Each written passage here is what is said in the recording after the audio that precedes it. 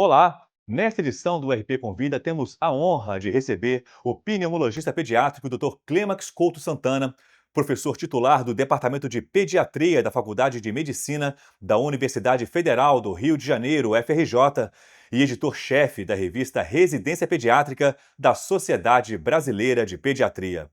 Com uma trajetória marcada pelo compromisso com a formação médica e a excelência na assistência à saúde da criança e do adolescente, ele é referência nacional na pediatria e inspiração para gerações de médicos. Dr. Clêmax, seja muito bem-vindo ao nosso videocast RP Convida. Muito obrigado, Léo. É um prazer estar aqui com você, podendo trocar ideias a respeito de temas tão sensíveis, tão relevantes, né? Muito obrigado, doutor. Para começar, o que motivou a escolher a pediatria como especialidade e, dentro dela, quais áreas mais despertaram a sua paixão ao longo da carreira? Sim, bom, a minha chegada na pediatria foi por uma via indireta, vamos dizer assim, porque quando eu estava no último ano da faculdade, no internato, né, isso em 1974, eh, eu não a residência não existia como existe hoje. E eu então comecei a fazer pneumologia e como trabalhava ali no Hospital São Sebastião, que já acabou até no Caju, comecei a frequentar um pavilhão de crianças que existia ali, pavilhão de doenças infecciosas na infância. E isso me despertou muito interesse pela pediatria. Eu já estava muito entrosado na pneumologia, então a minha chegada na pediatria foi através da pneumologia. Não existia nenhuma especialização em pneumologia pediátrica, os pediatras não tinham assim, o interesse por áreas específicas dentro da pediatria. Então eu comecei a estudar aquilo como autodidata e tempos depois eu comecei a fazer um ambulatório de pneumologia pediátrica. Então a minha chegada na pediatria foi por via indireta, né, e nunca mais trabalhei em outra área que não fosse a pneumologia pediátrica. Bem legal, doutor. E como que foi o seu primeiro dia atendendo pacientes como pediatra já formado? O senhor tem alguma lembrança marcante? Sim, quer dizer, eu entendo que foi no início da carreira, né. Então, como eu te falei, eu já tinha uns 3, 4 anos formado quando comecei a frequentar o Instituto de Puericultura e Pediatria Marta Góes de Esteira, da UFRJ, e aí então, por influência de alguns colegas e tal, comecei a ver os casos na enfermaria. Quer dizer, o meu primeiro contato com o paciente foi em enfermarias e tempos depois em ambulatório. E esse contato com a criança, esse contato inicial foi muito interessante, porque, você lida com a mãe, né. Na época as mães não ficavam nas enfermarias, então elas passavam lá de manhã para dar alguma informação, e a gente começa a entender a lógica da criança, né. Como assim, emocionante no sentido de você ver como ela reage, pode te dar muitas informações, Sim. e isso é uma coisa que só quem lida assim, quer dizer, posso dizer que foi não no primeiro dia de atendimento, mas nos primeiros tempos em que eu comecei a tomar contato com a pneumologia pediátrica, sabe. Foi um contato muito interessante, muito uma via de mão dupla, né, Uhum. em que a gente percebia o que a criança estava apresentando, o relato das mães, a sua interpretação desses fatos todos. Então eu acho que isso até hoje, né, se foi no primeiro tempo, até hoje me causa essa mesma emoção. Mas é a mesma emoção, certo, doutor. E quais foram os maiores desafios que o senhor enfrentou na prática clínica e como eles moldaram a sua forma de trabalhar, doutor? Bom, trabalhar com criança é sempre um desafio, né. Naquela época, se nós considerarmos isso há 50 anos atrás, havia muita dificuldade de você ter as crianças terem esse acolhimento que tem hoje, né. Era sobretudo em hospitais grandes, em que a mãe não podia ficar acompanhando a criança, os cuidados de enfermagem ainda são essenciais, mas eram muito limitados, né. A própria a própria tecnologia para se fazer diagnóstico era extremamente limitada, se a gente considerar nesse início, de modo que tudo isso para mim e não é só isso, a minha formação também foi uma formação de leitura, né, de prática e leitura, prática e leitura. Eu não tive o curso para me orientar nesse sentido. Então tudo isso era um desafio, né. Então eu acho que posso dizer que lá no local onde eu trabalhei, no IPPMG, foi o início da pneumologia pediátrica. Então estava tudo para ser feito, né, o ambulatório, o atendimento, o tipo de formação que a gente podia passar para os residentes. Então, não foi um ponto só, Sim. foi a criação, pode-se dizer assim, de um núcleo dentro de uma instituição muito grande. Certo, doutor. E na sua visão, quais competências essenciais um pediatra do futuro precisa desenvolver além do conhecimento técnico? Sim, exato. O conhecimento técnico, por sua vez, é muito amplo, né. Ainda mais hoje com a inteligência artificial, com a possibilidade de você ter recursos, tecnológicos que não existiam até recentemente. Então isso é uma habilidade que tem que ser desenvolvida.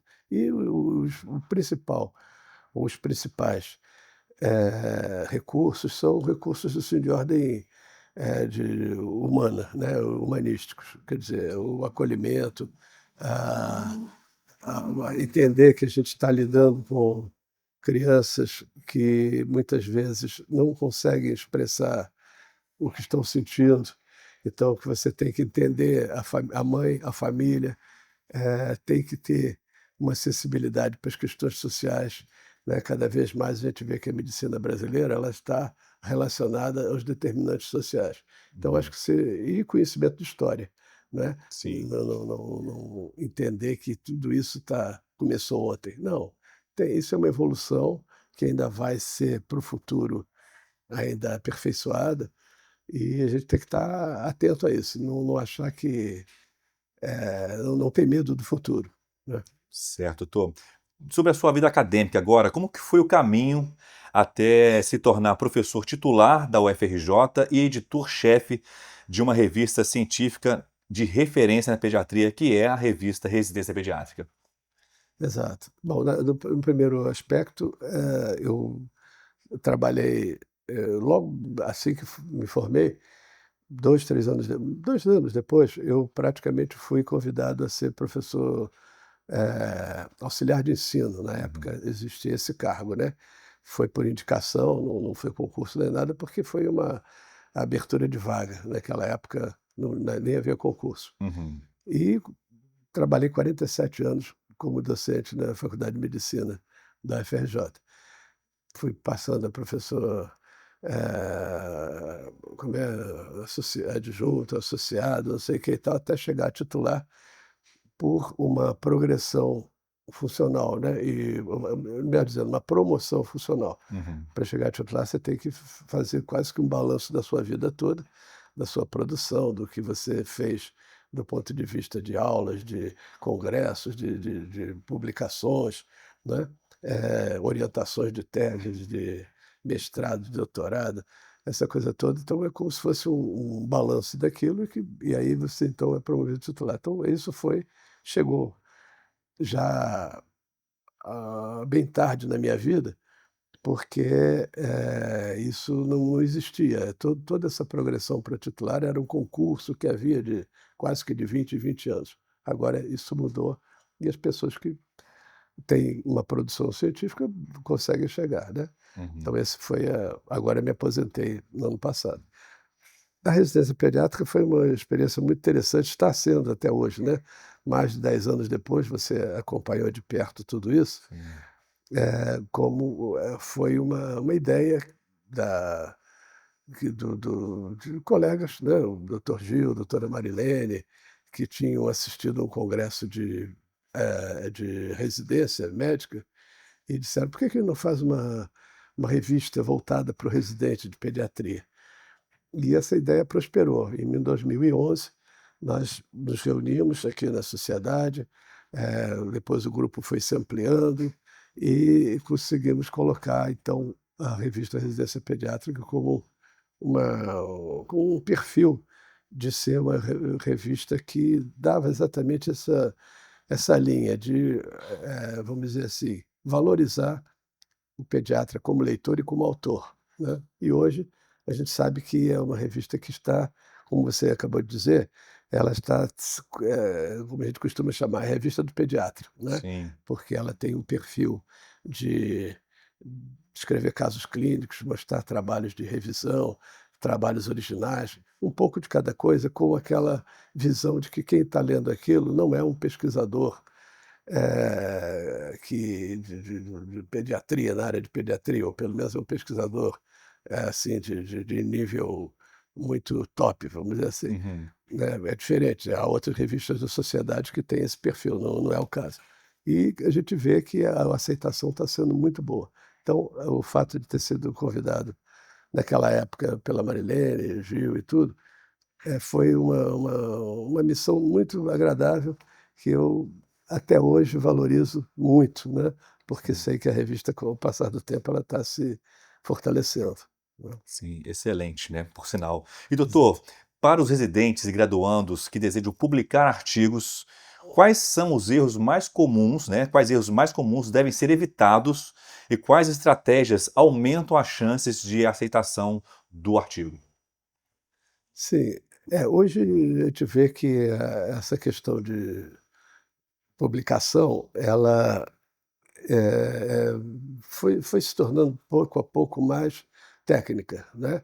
Até uns 20 anos atrás, a qualidade das publicações era muito, assim, muito livre, né, cada um escrevia do jeito que achava melhor e tal. Hoje já se tem, nas revistas em geral, um roteiro que você deve seguir. Existe a possibilidade de, se ter acesso, posso dizer assim, pela internet, a várias, orientações de como publicar um artigo, né. Sim. Alguns cursos que podem ajudar do ponto de vista de metodologia científica, outros cursos que são de redação, e, isso faz com que a pessoa, siga pelo menos uma linha burocrática, que é o que a maioria das revistas aceita. Na nossa revista, posso até, chamar a atenção de que a Bruna, a nossa, bibliotecária, e a Lohane, que atualmente é outra bibliotecária, está de licença, elas fazem um trabalho muito interessante de fazer adequar o texto Uhum. às normas da revista, que estão vamos dizer, no site da revista, mas infelizmente muita gente não lê Não lê, né? com devida atenção, Atenção. né. Então elas fazem esse trabalho didático, que eu acho que está sendo muito proveitoso, e, os erros que se vê são questão de referências citadas de uma forma inadequada, muitas vezes um texto que precisa de alguma revisão de português, Uhum. principalmente também não se colocar nos trabalhos originais a aprovação do comitê de ética. Então eu identifico que esses 3 pontos, se os autores prestarem atenção, o trabalho vai ficar mais fácil de ser aceito, mais rápido a aceitação. Certo. E doutor, qual é o papel das publicações científicas na formação e atualização do pediatra? E como que a revista Residência Pediátrica busca contribuir para isso? Bom, a missão da revista é exatamente essa, tentar, fazer publicações científicas, né, de boa qualidade, que possam ajudar a certas decisões clínicas, decisões pediátricas, né. É uma revista cujo foco é exatamente o médico da ponta e outras áreas afins, né. Temos trabalho de fisioterapeutas, eh, eventualmente enfermeiros, e outros psicólogos. Então, nessas áreas da saúde que têm relação com a criança, a missão da revista é justamente buscar um texto que possa dar apoio à sua prática diária, à sua prática técnica, né. Sim. E evidente que, a par disso, tem outras questões que são, tratadas na revista, por exemplo, ética, não é? Eh, Resenhas de artigos que estão recentes, pontos de vista em que se discute um tema ou outro, com mais com um aspecto mais pessoal. Então tem, questões que são técnicas, né, e ao mesmo tempo questões que podem ajudar o médico jovem em formação e mesmo já na prática há algum tempo, a servir como um auxílio para a sua atividade diária. Certo. É. Sobre a sua vida pessoal, agora mudando um pouquinho do foco da entrevista, fora do consultório e da sala de aula, quais são as suas paixões e hobbies? Sim. Bem, hobby propriamente eu não posso dizer, mas eu gosto bastante de ler, sempre gostei, né, então se isso é um hobby, eu considero que seja.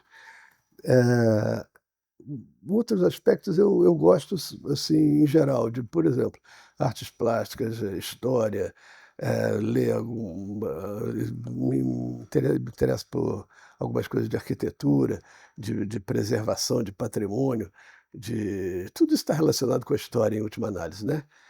E já gostei de tocar violão e tal, mas isso tudo fica, assim, nas horas vaguíssimas, né, Sim. porque apesar de estar aposentado, eu ainda tenho muito trabalho para resolver em casa. Mas, sintetizando essa história toda, eu acho que a leitura posso considerar que é o hobby Seu hobby favorito, preferido. É. certo. E tem algum hábito ou rotina pessoal que o senhor considera essencial para manter o equilíbrio entre a vida profissional e pessoal? Por mais que eu disse que está aposentado, continua ainda com muito trabalho a ser feito. Sim, Entre eles a revista mesmo, né. exato. Tem algum hábito que o senhor faz, para manter essa conectividade? Não, assim, sistematicamente não tem, assim, vou fazer meditação ou qualquer Uhum. coisa desse tipo, não tenho não. Acho até que deveria fazer exercício físico, né, porque qualquer pessoa tem que fazer em qualquer idade, ainda mais na velhice. Mas eu também não gosto de exercício físico, então reluto muito para fazer. Eu não tenho, assim, nenhuma dica nesse sentido para Certo. comentar. Doutor, e o que que o inspira e o motiva a continuar atuando e ensinando mesmo depois de tantos anos de carreira e estando aposentado? Sim, sim, exato. Isso é verdade. Eu, sempre gostei muito da medicina, imaginava que eu sempre desejei ser médico desde criança, né, então, era uma coisa, assim, que fazia parte da minha fez parte da minha adolescência, esse desejo de entrar de ser médico e tal. Mas com o tempo, na verdade, eu vi que eu gosto mais de ser professor do que médico, né, porque você ter contato com alunos, né, o estímulo que eles dão é muito grande. Eu posso dizer que, isso sempre um desafio, você ter oportunidade de trocar ideias com gente nova, com se dessa forma você vai se renovando, né, não é uma coisa estática, parada. Ao contrário, está sempre havendo um motivo de um maior estudo, de maior profundidade em certos assuntos, e a relação humana que, entre os alunos, são, para mim, são essenciais, né. Eu gosto tenho paciência, e isso é uma coisa que me fortalece. Então eu acho que essa via de aluno-professor, ela é sempre é um círculo, virtuoso, Virtuoso. virtuoso. Agora é hora de conhecer o Dr. Clêmax fora dos livros e dos consultórios. É um bate-bola rápido, vamos descobrir curiosidades, inspirações e histórias que mostram o lado humano de quem dedicou a sua vida à pediatria. Respostas diretas, sem muito pensar. Vamos lá, Dr. Clêmax. Um livro que todo estudante de medicina deveria ler. Maravilhas da medicina. Uma palavra que define a pediatria. Acolhimento, E uma habilidade que todo pediatra deve ter. ausculta, escuta, melhor dizendo, né, acho que depois pode até Sim. eu acho que isso é fundamental, né. Tá certo, doutor Clemenson. Olha, muito obrigado pela sua participação, por ter tirado um tempo para conversar conosco, doutor. Nada Muito não, obrigado mesmo. nada, foi um prazer muito grande, tá. Prazer receber o senhor Eu te aqui. agradeço. Ótima Obrigado. entrevista, obrigado. Mais do que técnica e conhecimento, a pediatria se constrói com paixão, propósito e humanidade. Que essa entrevista com o Dr. Clêmax inspire você a escrever a sua própria história na medicina.